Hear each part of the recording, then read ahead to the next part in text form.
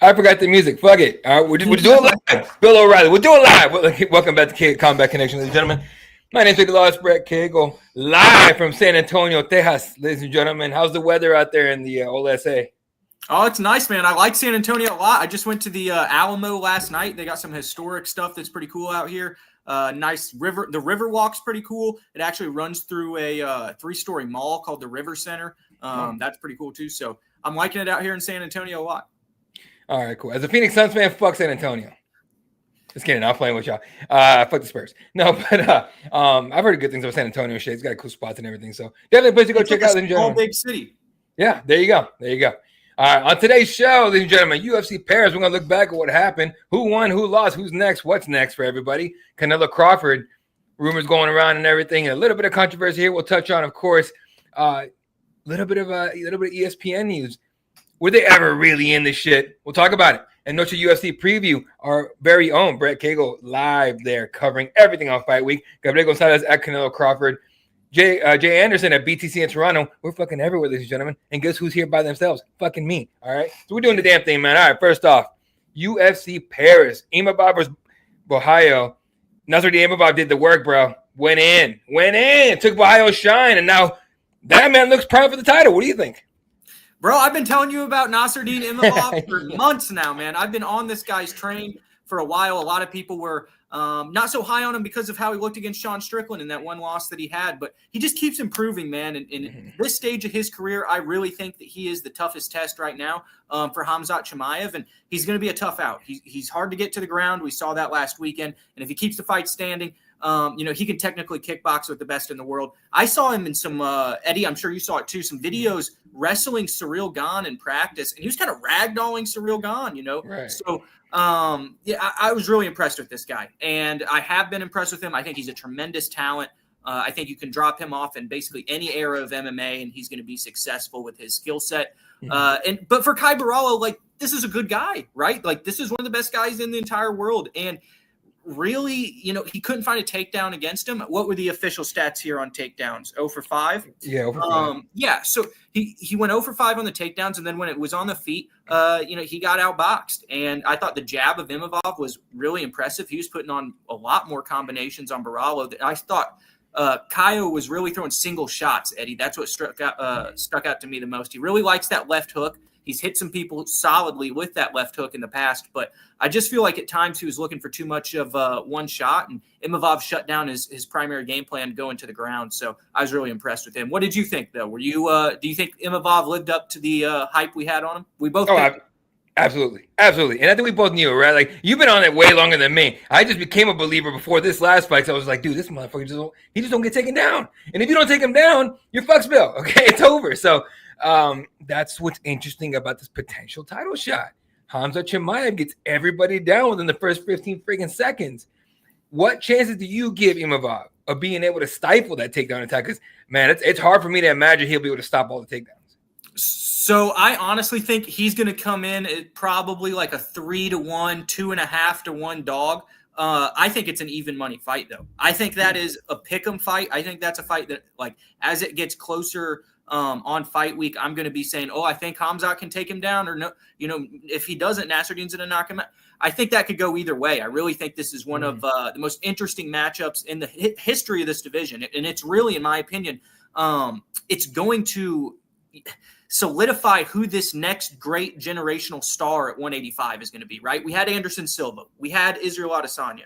Right now, we're not in that set state where we've got a solidified champion. I think the winner of Nasruddin Imavov versus Khamzat Chimaev is going to be the middleweight champion for years and years to come. Dude, yeah, that's a good point. That's a good point. I'm not a huge believer in Hamzat, right, in terms of longevity, because he gets hurt every 2 seconds. He catches, no offense, Hamzat, I'm not shitting on you, but you catch cold dog, you're out for fucking like 7 months. Come on, man. Like, chill the fuck out. So, no, but I'm a believer in Imavov now, dude. Like, I think if he can weather the storm for the first couple rounds against Hamzat and not get finished, rounds 3, 4, and 5, he can keep it standing because he can. Dude, he's gonna pepper that dude. Yeah, I think so too, man. And we saw how well. Here's the thing, though. We all were talking about the gas tank of Chimaev, and that's kind of been the story for 3, 4, and 5. But he looked good at 319 with that new strength and conditioning coach he had, right? Like, he had no problem in there, really. I mean, the fifth round was, maybe his worst showing of the entire 5 rounds, but he probably still won that round, right? So I really think these guys are just the best of the best at 185. I don't think anyone in the world can beat these two guys at 185 pounds. I think this is kind of like how Rob Whittaker and Adesanya were 5 years ago, where Rob might lose to Izzy, but he ain't losing to the rest of you guys, right? So I think whoever comes out of this is going to be a historic champion for quite an amount of time, and I think the other one's going to be a solidified #1 contender, and somebody's going to be turning back other prospects for a little bit of time as well. Someone's got to be a gatekeeper somewhere, man. So other side of the coin, Ohio was his second UFC loss, right? Second UFC loss. First UFC loss, I believe. I think he had one on the Brazilian regional scene. There it is. What do you make of him next, though? Because he looked lost, confused, like he had no answers. Now, before the fight, we obviously did the show, and we were talking about it. Like, hey, I made the point. That's 2 weight cuts in 3, 4 weeks, something like that. Like, flew to Chicago, made weight, didn't fight, and then probably didn't even train very much. He had to cut weight again 2 weeks later, all the way in Paris. It was a rough camp for him. I think he got overconfident in his physical abilities to make that weight and make the walk. And now his confidence is shot to shit. So what do you think is next with Ohio? What would you do if you're Dana? Man, this is an interesting one, and I was thinking about this. And he's in a rare situation, right? Mm-hmm. How many times have we seen world title contenders or championship-level fighters control a gym in the middle of their fighting prime? Not very many times. Ken Shamrock, Mark Coleman. And I just feel like it's a lot of pressure on those guys who run those gyms, like when Coleman was running it with Randleman and other guys. And, Kaio's running it with all these guys right now. Ken Shamrock, when he was doing it, there's kind of a letdown, right? Because you have to put all of your energy into so many different people that how can your energy be there for yourself, like someone who is, only has to worry about their fighting career, right? He's got to worry about the fighting career of Gene Silva this weekend. He's got to worry about Carlos Prates 2 weeks ago, like you mentioned, and then he flies for his own fight in Paris, and it's almost like his fight's an afterthought in his own career at this point, and he's a selfless guy. He gives back to his team, no doubt about it, and he's got the Oleksiejczyk brothers in there as well. He's welcoming new members to his team, but for Kai Barallo, I really think he needs to solely focus on his own career, getting good guys in there that are going to help him stylistically when he goes into these fights. Maybe not just training against, who you have in the gym, and getting some other people in there for you specifically when you want to face guys like Nasruddin Imavov.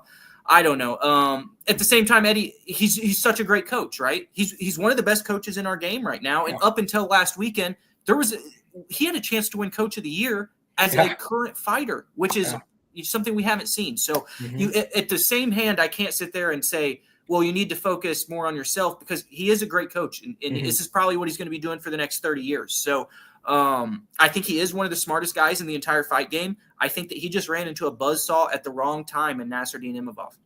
Yeah, no, I completely agree with you. He's spread himself way too thin when it comes to all this stuff. So I think a good move for them would be to honestly find a head coach to take over that team. Even if all that dude does is exactly what Kaio's doing now, just without having his own fight career, of course, I think that's a move personally. But we talk about this all the time about guys. You should go to another gym. We have more attention and everything, or how the killers. It's a really fine line they got to run. So I'm interested to see what he does. I hope he goes away for like 6-7 months. Honestly, just go away. Whenever he comes back, he's going to be thrown right back into like a top 5 fight, right? So, but recover physically, mentally, and everything, and then just. Coach your guys and shit, but don't get too crazy. All right, fucking relax. I mean, shit, we saw, and we'll talk about this. Let's get into it now. Co-main event, BSC against Mauricio Rufy. We saw Rufy get beat the fuck up. Like, he got dominated. He looked confused, and he had Carlos Pratis crying cage side. That is a rough way to go. First off, let's talk about BSD. 2 wins in a row, man. Is he back? Because remember, he came into the UFC, he was killing motherfuckers left and right. Then he took a couple losses here and there, I think it was, and then people were like, okay, he's human, he ain't shit, whatever. Now he's got 2 finishes in a row, dude. What do you make of BSD? Man, he goes downhill in the grappling, right? Like when he sees the takedown and he sees an opening on you, and he goes and capitalizes on it every single time in the grappling. And for Mauricio Huffy, we hadn't seen him fight a dominant grappler coming into last weekend. Eddie, my question kind of back to you is, was he exposed here for his style? And is he going to get thrown to grapplers here in the future? And we're not going to know whether he's going to be able to win fights, because when he goes out there and knocks out Bobby Green, or he goes out there and has impressive performances over other strikers, that's great. But you have to be able in this game of mixed martial arts to face every single style that is offered in your division. And Benoit Saint Denis has a very specific style. Now, if you're a guy like Dustin Poirier and you can keep fights standing and you've got knockout power, you can beat Benoit, no doubt about it. But I mean, he is flawed. But if he finds out you have no ground game, he's a hard guy to beat. And he's a very, very tough guy. He's going to walk through a lot of punishment before you put him out, unless you hit him with something he doesn't see. So I really like Benoit Saint Denis. I think he's one of the toughest guys we have in the UFC right now. He's not too old, and he has a specific style that's going to lead him to success against a lot of guys in the division. Who do you pair him up with next? I mean, that's a good question. Who would you pair him up with? Let me think about it for a second. He mentioned Gaethje in the post fight. I'm like, whoa, boy, you want the war? You want war, don't you? You tripping? But it's a smart call out for BSD. BSD has momentum now. He's got a little bit of hype. They're gonna, if they offer him to Justin Gaethje wants a title, and he's pissed at the UFC for not giving him a title shot. Gaethje ain't taking that, huh? I said I don't think Gaethje's taking that though. Do you? He shouldn't. But I wonder if he would be like, you know what, fucking, I'm gonna show you assholes that I deserve a title shot. What do you think? While you were talking, a guy who just fought Gaethje and lost to him, Rafael Fiziev. Why don't we see him fight Rafael Fiziev? I think that's striker versus grappler to about the most you can have it. Classic style matchup. Both of them are in the rankings there at lightweight. I like that one. That's funny because I had that guy for Rufi. Had Rufi won this one, because that would have been a great fucking stand-up battle. Yeah, well, that's perfect. I hate this question. I hate saying this about any fighter because it's a stupid word. Because this game is just, you never know what's going to happen. This game is not guaranteed. It's not math. It just shit happens. But I hate this word. But was Mo Rufi exposed? I think he kind of was. Like, I mean, we're going to have to see moving forward, but I think they should throw him to grapplers routinely. If he goes and fights like a Mateus Rebecki, or he goes and fights somebody, we're going to have to see, right? Maybe even like, I don't know. But if he gets thrown in there too against a dominant wrestler, a dominant grappler, and who is physically stronger than him, he's going to have to prove himself, because he didn't necessarily prove himself last weekend. Eddie, 6 total strikes.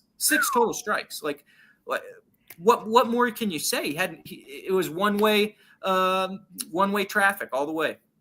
What do you do with him next? I mean, never mind. You just said that, but give him a name besides Rebecki. You want Rebecki in there with him? Yeah, some grappler, somebody who's really going to test him and is physically stronger than him. I think that was where, I mean, he just got manhandled, right? Like, we haven't really necessarily broke down the fight because there wasn't much to break down. Like, he took him down, he beat the shit out of him, and, that is kind of what it is.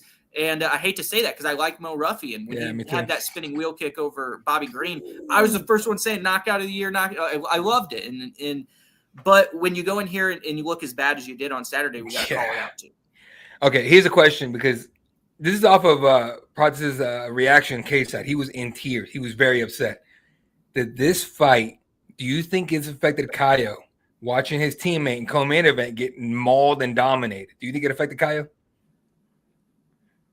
Yeah, was he in his corner, Eddie?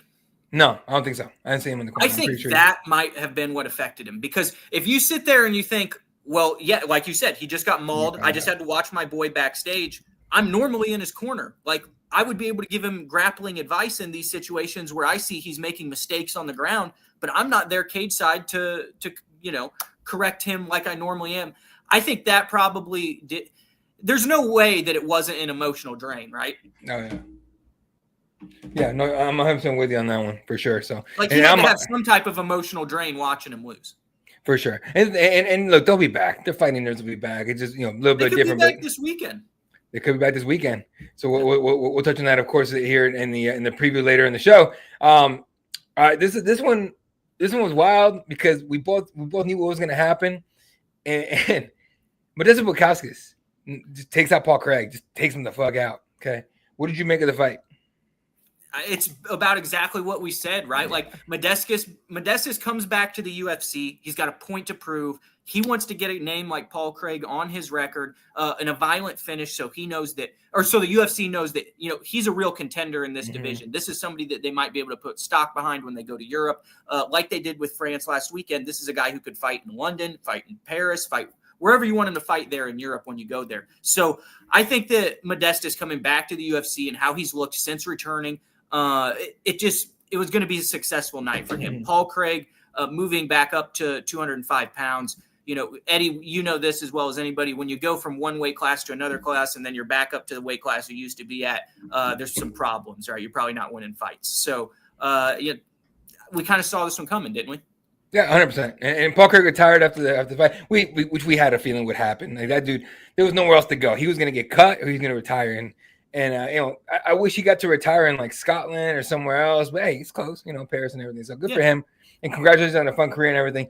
What do you do with Bukauskas next? He's got 400. What's up? Real quick on Paul Craig, because his career was a rocky one, right? Like at its peaks, he beat 2 champions, right? Yeah. He handed Magomed Ankalaev his first loss in the last second with a triangle, and he violently finished Jamal Hill in another triangle position where he broke his arm. The ref didn't see it. There was like a 70-year-old official there at that fight, and then he elbowed him out into unconsciousness. That was so brutal of a finish that they didn't even put it on Twitter that night.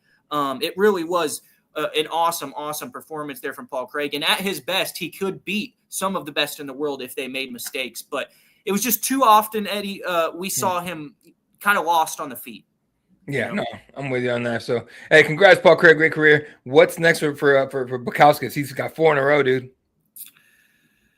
I'd have to look at the rankings, but you know what a fun fight would be? Would be him and Bogdan Guskov. Ooh, I like that. I like that a lot. That'd be fun. Let me see where he's at. He's like maybe Volkan. Has he fought Volkan Oezdemir? Oh, I don't know. That's a good question. I'm trying to see where he is in the rank. I don't think he's ranked. Is he ranked? Bukauskas not ranked. And Oezdemir is number 9. Yeah. Yeah, fuck it. Make it happen. That'd be fun. All right. Next fight up, we're going to talk about here. And I didn't even put up, my bad, folks. I didn't even put up the right fucking fight here. And this is the last fight we're going to talk about. And this, unless you have another fight you want to touch on. Mason Jones, dude. How impressive was that comeback? He got cracked early in the fight. Everyone was like, oh, it's fucking over. The whole, they're all singing Okie and all that shit in the first round. Comes back in the second round and goes, all right, bitch, let's go. Takes him out. This was sick, man. This one fight of the night, right? Yeah. Had to have. Mason Jones, I don't know how he survived that early onslaught from Okie. And then for Okie to sit there and I don't know how he didn't finish him. He was throwing everything he had at him, gassed his arms out, and then really, just couldn't defend himself there in the second round after Mason Jones was able to weather the storm. Me and you were talking about this matchup last week, Eddie. We didn't like how much Mason Jones got hit against Jeremy Stephens, right? That was like a big talking point when we were breaking this fight down, is that Jeremy Stephens came off the couch and kind of cracked Mason Jones a couple times. Well, Bellagio Okie did the same thing early in the fight, but Mason Jones is showing his toughness in these last 2 performances against Jeremy Stephens and Bellagio Okie. So I'm really impressed with Mason Jones, and I hope he gets some good competition moving forward. Who you want in there with him? Here at lightweight, I don't know, man. Outside the rankings right now, like how Diego Ferreira is fighting pretty. I want to see him fight like a vet. I don't think that he necessarily is deserving of a top 15 opponent yet, but I think he's maybe 2 wins away from getting in the rankings. Ooh. Yeah, I can believe that. And the funny part to me about it is that he's actually this is actually his second run in the UFC. Yeah. And so, and I think he left it first of all. I don't think he was cut. He's like, I'm not resigning. I need some work. It was smart. Comes back good. So there you go. Any other fight you want to talk about in this card? No, I think that's it. We got a lot to talk about. Canelo-Crawford coming up this weekend, same night as Noche UFC. Noche UFC is going to be first, going to be early in the day, and then later in the afternoon is going to be a Canelo Crawford. So, we get to watch all of it, which is dope. Brett in San Antonio, Gabriel Gonzalez, our very own, in Las Vegas for Canelo Crawford for that one. So I got to be at the press conference in Vegas, which was dope. And the energy you feel the matchup was huge, but it was very much on Canelo's side. Little by little, they've been building the shit out of this event. Not necessarily with the undercard, but I'm saying the feel. It feels like a big fight feel finally. But I have my doubts about that. I don't know. First of all, what do you think about the fight itself? I think it's interesting, right? You have a guy at the lower weight classes like Crawford that's dominating. He's got tremendous punching power down at those weight classes when he fights Sean Porter and guys like that. Moves up in weight and fights Madrimov when he recently went up in weight to, I believe, is 168 where they're fighting now. He didn't really carry that same knockout power. He looked great against Earl Spence, but then when he moved up against Madrimov, it was like, well, he didn't go anywhere. Like, you hit him, you beat him, it was a close fight. Madrimov had some good moments in that fight as well, but I think that Crawford, like, he's gonna have to be faster than Canelo. He's gonna have to be in and out of there, and I just don't know over 12 rounds if he's gonna be able to avoid all those big right hands from Canelo. Like, I don't think Terence Crawford is Floyd Mayweather. No. I think he's more of an offensive fighter than that. And if he is if he's gonna be offensive against Canelo, that leaves yourself there for openings. Eddie, there's not really a lot of guys that I've seen Terence Crawford fight that have one punch knockout power like Canelo. 100%. I'm right with you. I mean, everyone thought Errol Spence was going to give him an issue, and Errol Spence had no shot. So, yeah, you know what? I think we're being sold some bullshit here. I think they're trying to sell us like Crawford's got a shot. I don't see it. It has nothing to do with the fact that I'm a big Canelo fan. He's my hometown, everything. Trust me. Beside the point, right? Like, Canelo got dog walked by what's that dude's name? Bivol. He got dog walked, and I was like, watching the fight, I'm like, shit, boy. Hey, props for taking the risk, man, but goddamn. Yep. But I think we're being so bullshit here, man. I don't see anything Crawford can do, just like you said, with one punch knockout power. Let me look up the weight for this fight real quick, Eddie, because that is, you just brought something to my attention there. He did just fight Bivol up at those bigger weight classes. What is this one at? It's super middleweight, I think, right? 168 pounds. Yeah, 168. So about right where Canelo was at, 172, 168. You don't think there's going to be any problem for him being drained, trying to get back down in weight? And for Crawford, do you think he actually weighs 168 when it goes in there? Or do you think he shows up a little less than that? Like, what do you think his frame's going to look like at 170, 168 pounds? I think he's going to look soft. You know what I mean? Like, I don't know if you saw that picture. First of all, did you see that picture? Him ripped to shreds. He's like ripped and everything. Everyone was like, oh, shit, Crawford looks awesome. I feel like I was the only one that sat back going, why the fuck is he cutting? He's going up. Why is he cutting?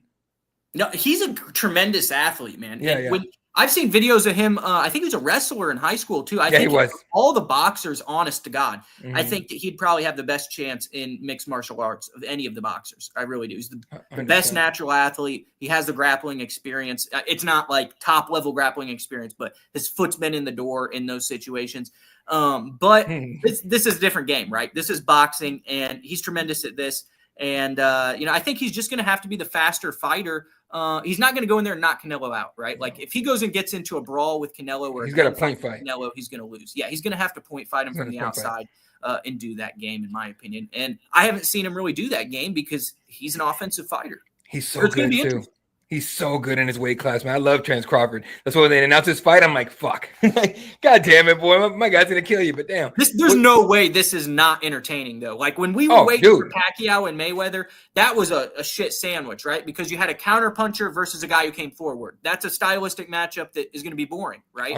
It's going to lead to the counterpuncher. But this one, we have two offensive fighters, one with one-shot knockout power, another one who overwhelms you with volume, and it doesn't hit – like, he hits hard. Terence can put you out, no doubt about it. Oh, yeah.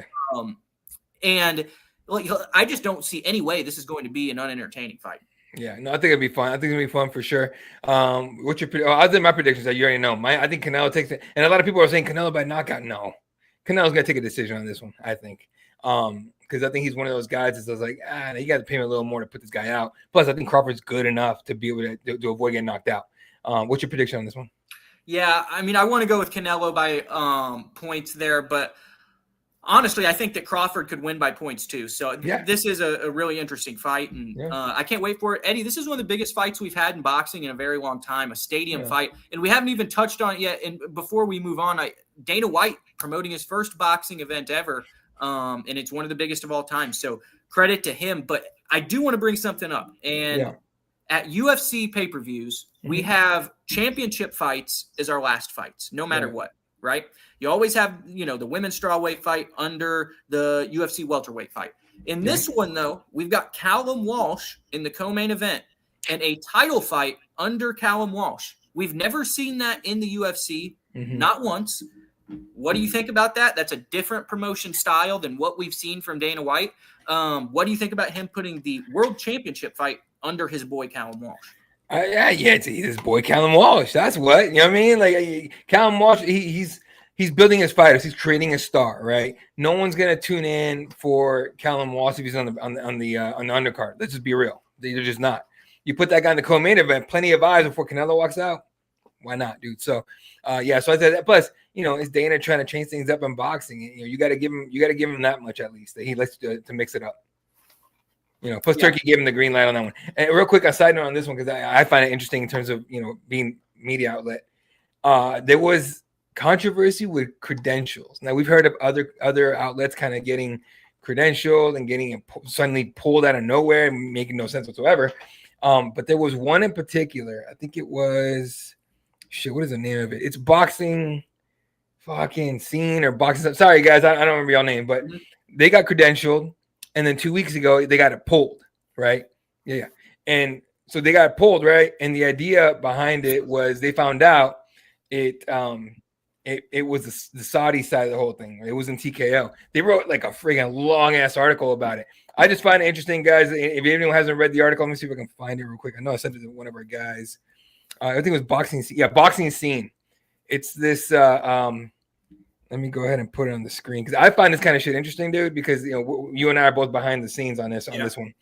Riyadh season has boxing media independence on the ropes. Boxing Scene denied credentials for Canelo Crawford, calls out media suppression in Boxing Scene. So basically what they're saying is that Turki Al-Sheikh is controlling this whole thing. This is very much like what the UFC does. We've seen some outlets aren't allowed in the UFC media room, right? Bloody Elbow was one of them. I don't know if they're going to be allowed now. I'm sure they will be soon. They're a new company and everything. But what do you think of that, dude? Because it's kind of wild to see in boxing that kind of thing happen. Boxing media as a whole, we've all known. It's very gritty, very cutthroat. Wild West. You can go to whatever you want. You can do whatever you want. It's kind of like when we were covering some lower level mixed martial arts. And you can just go and grab a fighter and interview them, and you can do whatever you want. But there's going to be some organization to boxing. It's gonna be weird at the top in this promotion for TKO. Not only from a fighter's perspective, but there's going to be some organization from a media perspective as well. So I think that they're going to have to kind of get used to that, or cover from home. And I see a lot of good big boxing prominent figures like Steve Kim, who does the 3 knockdown rule with Mario Lopez. I like Steve Kim, his work a lot. But he's not really going to events as much anymore. And I think that, some of the stuff with boxing and the unorganization of it might be why some of these guys don't go. We kind of see that in our own sport with Ariel Helwani and Luke Thomas. Those guys don't necessarily go and cover, the same amount of on foot coverage as they used to, but that could come just with making more money at the job too. So, but I don't know. I think that there's going to be organization in the media, especially on the boxing side of things with the TKO group. Now, if we're talking about Golden Boy or a Top Rank or something like that. Now, here's the thing: in MMA, it's all the UFC, right? So you're at the UFC's beck and call. In boxing, you can go cover Top Rank, you can go cover Golden Boy, you can go cover Eddie Hearn's Matchroom. And they're going to run shit just how they used to, right? There's not going to be anything different there. But at these TKO events, it's going to be a lot of UFC-style organization, in my opinion. I've never had an issue with another media member ever until I went and covered a boxing match. The Jake Paul Anderson Silva. This motherfucker's in the back moving cameras and shit. And I'm like, hey, dog, don't be touching my shit. It's so wild. You're right. It's Wild West type of shit with boxing media. So we'll see what happens here. But Gabriel Gonzalez is going to be there. He got credentials. So we're all good. I ain't hating on it. Anyway, real quick, Perilous is Dana is a puppet. Turki Al-Sheikh. Anyway, and then Charlie Zelenoff versus Jake Paul. Do you know who Charlie is? Yeah, he's the guy who came in and was always fighting like Floyd Mayweather and all the boxing people. One thing on Dana is a puppet, though, real quick. He's always worked for somebody, man. Like, there's always been a rich guy above him that feeds him the money. He's got the knowledge and the know-how, and he gets it done, right? There's the Fertitta brothers. Right now, it's Ari Emanuel. And just in boxing, it's going to be Turki Al-Sheikh. Dana is not going in there with his own money and promoting these fights. But he is promoting these fights, no doubt. He is 100%. All right. Real quick, let me pull up the story here. All right, ESPN. So we know now UFC is going to Paramount Plus. There you go. Which we're all kind of happy about because ESPN Plus is ass. Let's be honest, right? The app is just let us everybody. I mean, it's not just UFC either. Like they've been screwing up. How many times do you use ESPN Plus, Eddie? Not for UFC. None. Me neither. I don't care. Like as soon as 2026 hits, I'm canceling ESPN Plus. I don't need it. So I mean, that's just what it is. But come to find out, UFC owners actually admitted that ESPN was never in serious talks to actually hang on to the UFC, saying, quote, "We knew there were not," let me see who, if I can get you exactly who said it. TKO COO President Mark Shapiro said during the Goldman Sachs technology conference, quote, "We knew they were not going to be there at the price we wanted for UFC. While we had conversations and across the timelines, there was a time where they might have come in for some of those numbered events, which are the pay-per-views, right? Or some of the fight nights, all of the fight nights. They were always in the mix, and they wanted to be in the mix. And Bob Iger and Jimmy Pitaro are huge fans of the UFC, ESPN. Those two are ESPN guys.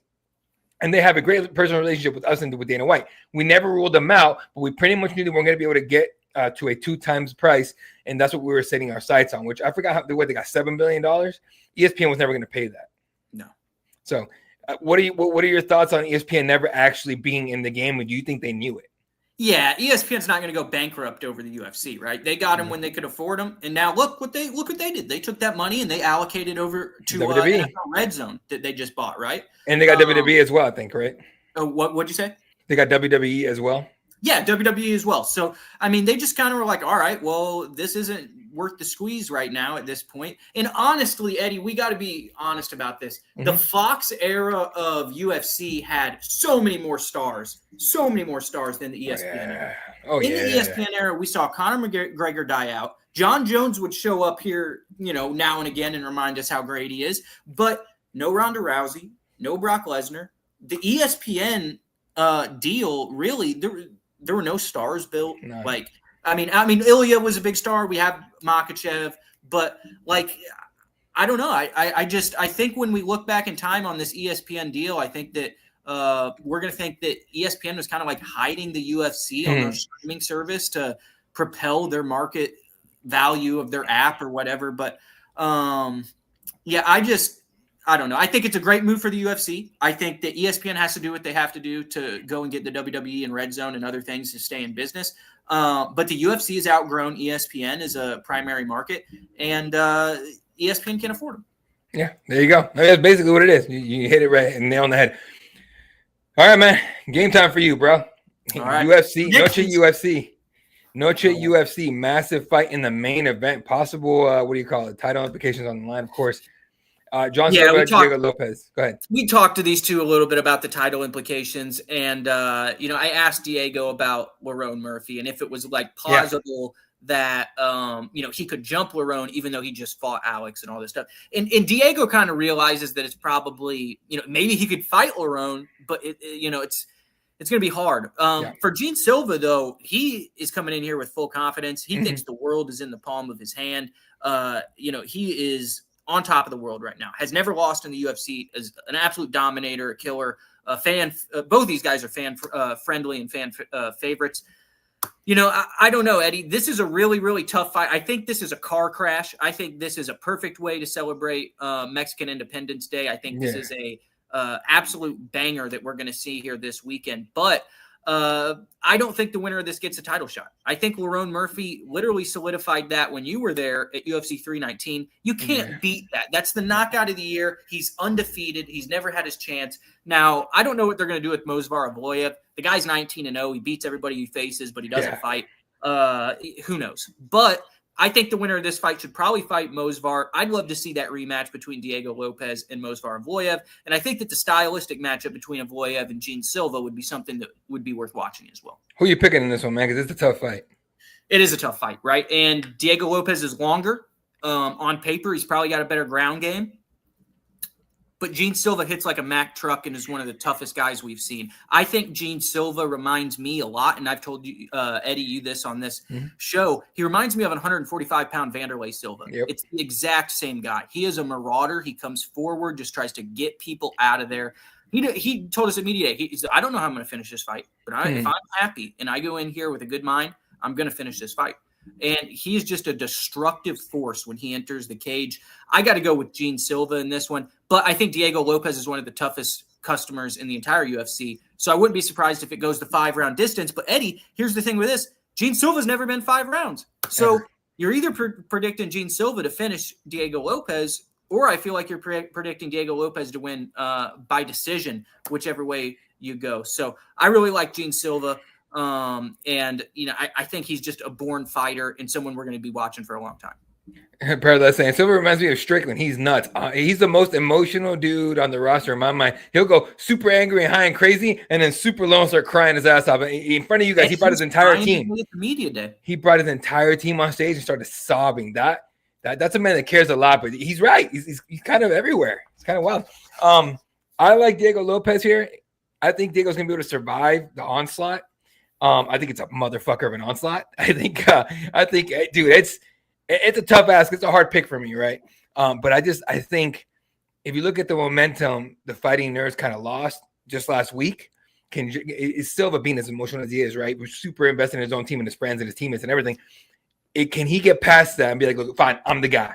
Me and Carlos got this for you guys. Don't worry. Go take your time. Come back to win and everything. But we're going to keep running the Fighting Nerds and everything. And I think if he can't get past that, I think, and I know it's some, it's kind of semantics, right? But Diego can survive those first couple of rounds of the crazy John Silva, get him deep in the deep waters. I think Diego can get the decision on this one, but it's going to be a tough ass, dude, because John Silva's going to come in like a psychopath and try to not like Vanderlei kill him, right? But you see Silva when he sees his spots, he goes Vanderlei on him. He goes apeshit. Yeah. And when you get hurt, that's what I'm saying. He is a killer when you're hurt. If you show any sign of like you're struggling, or he gets you out of there, just like Vanderlei did. Yeah, no, he's very much. I like his style of fighting, like big time. He's just a savage. He has a real killer instinct. A lot of guys don't have that. He has it in spades. So that's going to be a fun one, of course. And so I'm taking Diego Lopez by decision. You're taking Silva by what? Finish? I'm going to go Gene Silva 3rd round TKO. I can see it. All right. Co-main event, ladies and gentlemen. The come up and kind of the what's going on here. Rob Font, David Martinez. Rob Font has fought everybody. And now he gets matched up with David Martinez. It kind of feels like a step down. Did anybody ask him about that at media day?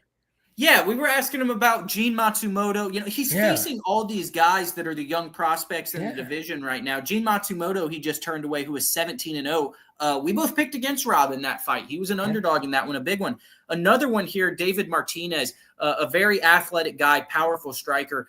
He is a Hispanic fighter fighting on Mexican Independence Day weekend. He's going to have a lot of pride in there, and he's going to be tough to get out of there. But here's the thing. Rob Font's not a guy who goes and finishes a whole bunch of fights, right? Like, he has knocked out people in the past, don't get me wrong, but he's one of the best technical point fighting strikers at his weight class when he's on, right? So I think that Rob's going to have to avoid the big punches of David and the dynamic techniques. And he's going to have to use his jab and his leg kicks and the same style that him and Calvin Kattar on their first UFC runs kind of perfected. I think he's going to have to implement that against this young kid, Martinez. Eddie, I'm going to throw it back to you. David Martinez has one fight in the UFC. Rob Font, as you mentioned, has fought everybody there is. Why did David Martinez get Rob Font? And do you think this is too soon for David? I think it is, because he beat. I know he knocked out Simon Oliveira. Last year? I think it was last year. Whenever it was, he knocked him out. Great, it's cool. Here's the problem: is Oliveira was already in a 2-fight losing streak. He got finished and he got fucked up with knees to the body in the fight before by Dan Marcos. So I wasn't very impressed by that win by David Martinez. I think this is a fight. I think the reason Rob Font took this fight is because he's like, I could beat this kid.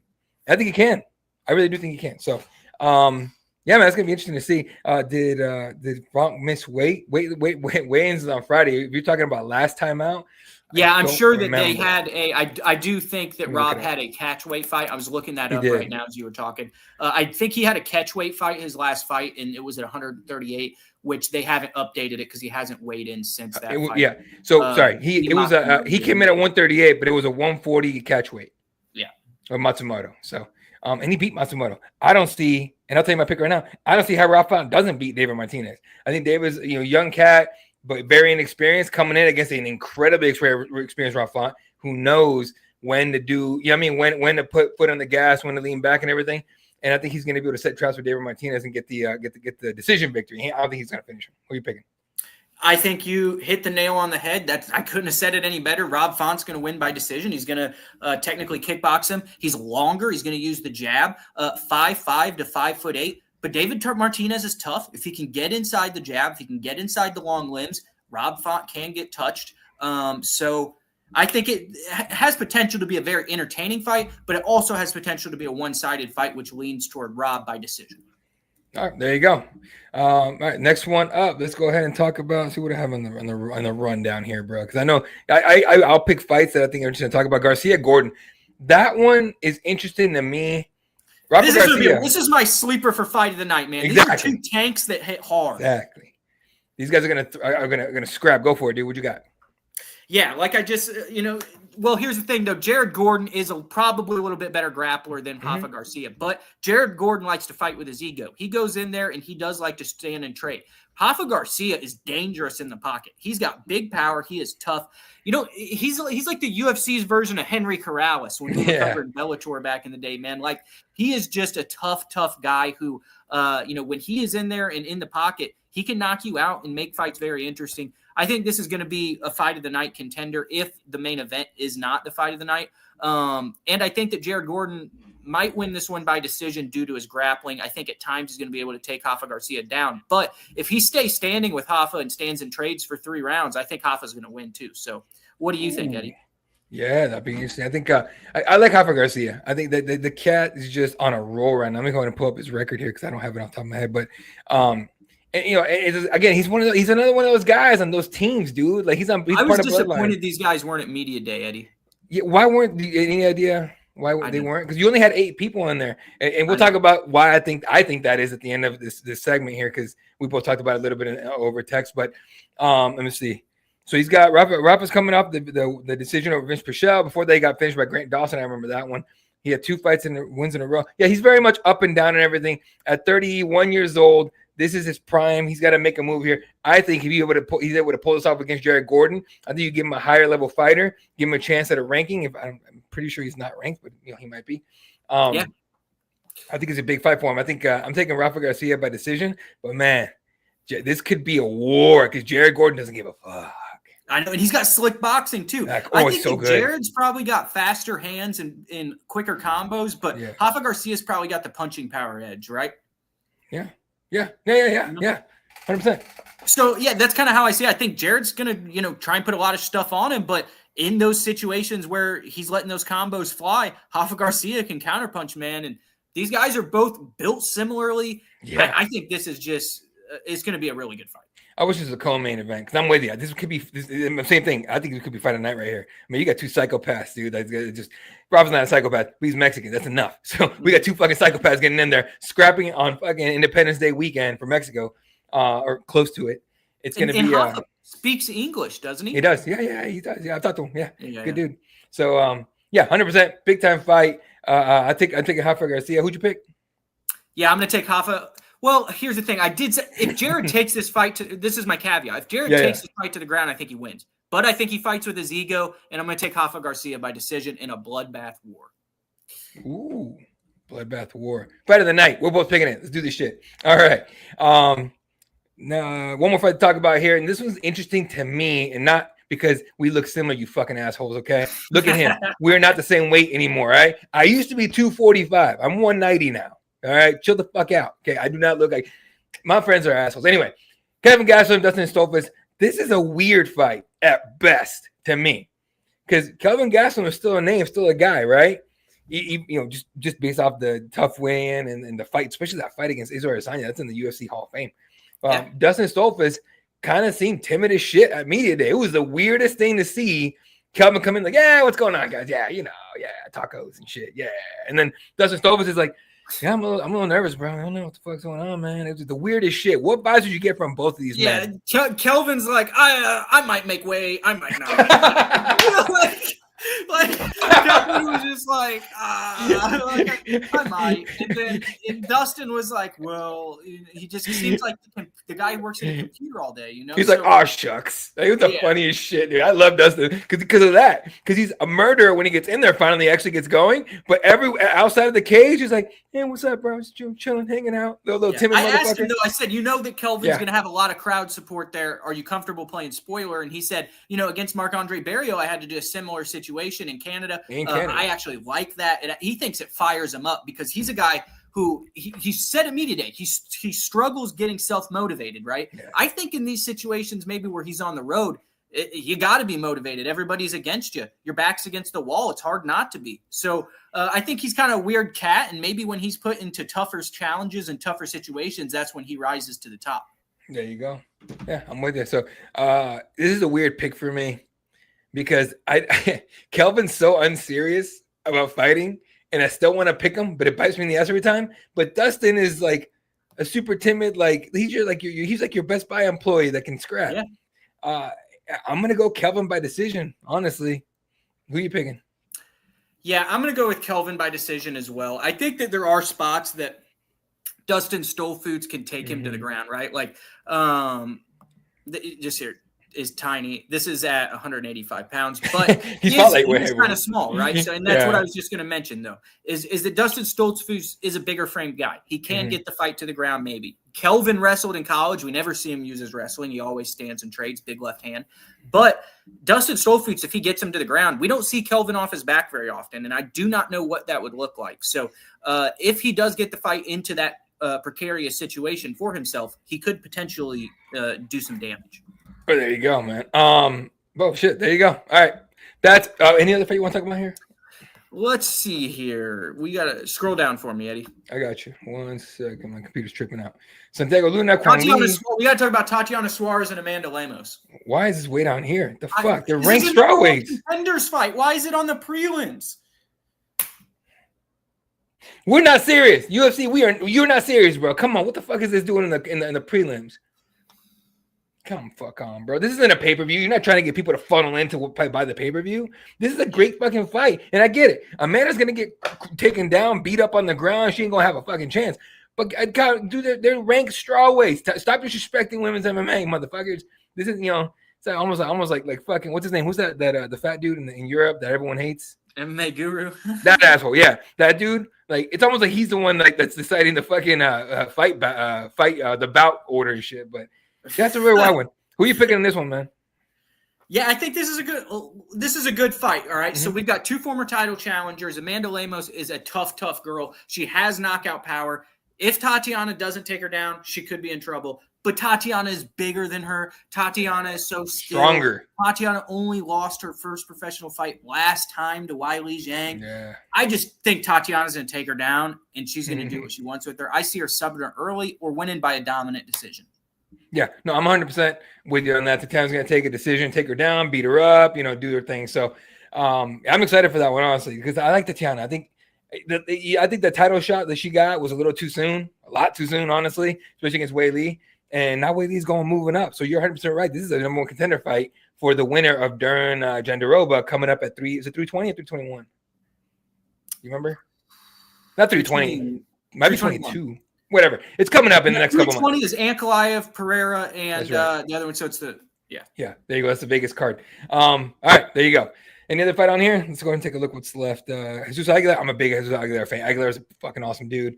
Zachary's a bad boy, though. Cedricus Umas is soon to be in prison, probably.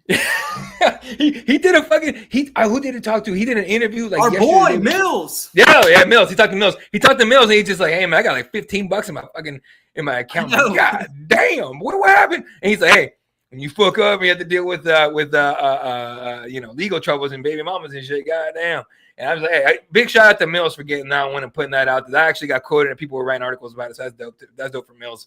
I forgot who is he part of. He says it every time he asks a question at PF. Pub Sports. Radio. Pups Sports Radio. So hit up our boy Mills at Pups Sports Radio. Does good shit over there. Especially if you want your bets for like anything, NFL, MLB. I can't watch baseball, so whatever, but and everything. So do your thing with those guys. 100% good dudes. Yeah, good dude for sure. Monster Rondona, at least Pereira is fucking Alex's sister's fighting in the UFC now. Did you already have a fight? Oh, I didn't even see that on the bout order. Are you really? The girl, she was just competing in karate combat. Yeah. I think she's making a UFC debut, right? Maybe I'm wrong. Let me pull it up for you real quick. Make sure I'm not full of shit. This has got to be a different girl. She's got some pretty big arms. Oh, it's definitely a different fucking girl. Holy shit. Yeah, no, take a look at this girl. This does not look like Alex Pereira's sister. This is what in the fuck are we doing here? Look at this. She's got python, dude. Look at my arms. My arms are not small. She's bigger than us, bro. She's bigger than us. What the fuck? Hey, easier on the eyes too. Good for her. But god damn, girl. Hey, you know what?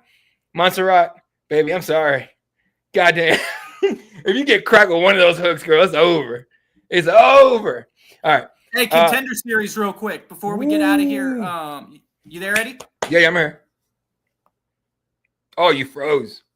Oh, my boy froze. Are you there? Eddie? Yeah. Yeah, my first time hotel Wi-Fi. First time. Hey, it waited till near the end of the show. Hey, good job, whatever hotel you're at. Usually they fuck us over early. Yeah, I know. Real quick though, before we head out, Dana White Contender Series this week. Who were you impressed with? Coming off the show last night. I mean, there were so many knockouts. Jeff Teague got knocked out bad. There was like 3 brutal knockouts. Jeff Teague. The women's fight that started it off was fantastic. It might be the best fight all week. They both got signed, Carol Foro and Chanel Dyer. That was a great fucking fight. Shout out Pat Dana, Cageside Press, out there doing coverage. DWCS the last few weeks. He did an amazing job. You guys don't know, at Pat Dana MMA, hit him up. Eileen, you're correct. Thank you. Perlez, it's Eileen. You're right. Appreciate you, man. Appreciate you. Kevin could have been Baby Kane. Fucking good point. I never thought about that. Except he eats too fucking much. Kane has discipline. And in prison now. Fuck, what was I saying about that shit? That was a great fight. My brother Steven Asplin. Holy shit. I've never been happier for somebody. Him and Lehion, right? Fucking awesome dudes. You know who Asplin? How do you pronounce the last name? Which one? Asplin. Asplin? Yeah. He's got to fight Josh Hokett. That's the fight. Asplin, Hokett. You got the former professional athlete who's going to shit talk him for being a fat boy, and you got the guy who's going to throw heavy fists at the non-MMA guy's face, and we're going to see how he reacts to it. 2 former LFA guys in there. Ooh. I love that matchup. Dude, Steven Asplin coming in. And they both talk shit, Eddie. Leading into that, Hokett's going to be talking shit to him about being fat, and then it's going to make Asplin want to knock him out bad. And Hokett, we haven't even seen what Hokett's got on the feet. If he stands on him with him, he could. 16 seconds last night. We saw it. This guy's got power, and he's fat, but he's deceptively fast. Yeah. I mean, if you think about when a man weighs almost 500 pounds, like Asplin did, like Steven did, concrete, my boy. When he was like almost 500 pounds, the muscle and the strength it takes to move that kind of weight, when you lose all that fat, bro, you got some fucking power in there. So, right. And now to put on with the newfound speed. So I think, that would be super interesting. Hokett's the heavyweight Colby Covington plus and better fighter than Colby. I argue with the wall. But, Asplin is you're right. He's a guy, he internalizes it. You can imagine Asplin grew up a fat dude, probably a bunch of people talk shit. He probably internalizes this shit and just turns into like a murderous, this like psycho right before he gets in the cage, and he does what he did last night. The fat kid versus the jock. Oh, make it happen! All right, hey, fat kid versus the jock. Who played Ferris Bueller? Get that dude to be the fucking to be the commentator. But anyway, great fucking night. And Lehion Douglas, my guy, bro. I talked to him at LFA. I was like, hey man, how you doing? Because I've interviewed him before, and we were talking shit. We're talking shooting shit, whatever. He's like, I'm fucking ready, bro. I'm fucking ready. He didn't crack a smile for me at all. I had him laughing when I interviewed him months ago, and I couldn't get him to fucking laugh at all in person. He's like, I'm fucking ready. He's got a baby girl on the way, UFC fighter. No one's had a better 2025 than that man. In December, he wants to fight one time before December because he's got a baby coming and everything, and just a good fucking dude, man. Those guys in Bloodline are so good people, and so I had a great fucking night. Stephen Aspin got a win in 16 seconds, and Lejean got it in 36 seconds, or 37 seconds. And man, I feel bad for Canty. Oh my God, he ate the same combo that Cubs landed on Billy Q. Have you seen that video? It's like side by side, same exact fucking combo, beautifully done. So that was dope, dude. That was honestly that was good. I mean, he walked right into a right hand. Oh, dude. Like I hate to say, and he's lost to two maybe real tough guys. Yeah. Like he's had bad draws, right? Yeah, having to fight Kevin Vallejos the first time, and then I mean, it's tough. So it is what it is. And Cam Teague, man, is the only one I noticed about Contender Series. When they bring somebody back, they give him someone tougher every time. Because Canty he lost last time out, and then he got fucking put out. They do, except for DC's boy Piccolotti, I think it was, or what was his name? Chapulín?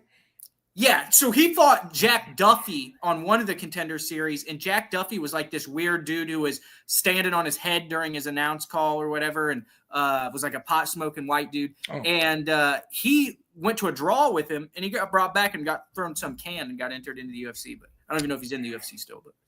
Yeah, I don't know. Just fucking. Any updates on? Yeah, I'm looking it up right now. What was that guy's name? Psycho Sid. Psycho Stu. I have not seen an arrest for Raja. One. I know that Psycho Stu's out. Yeah.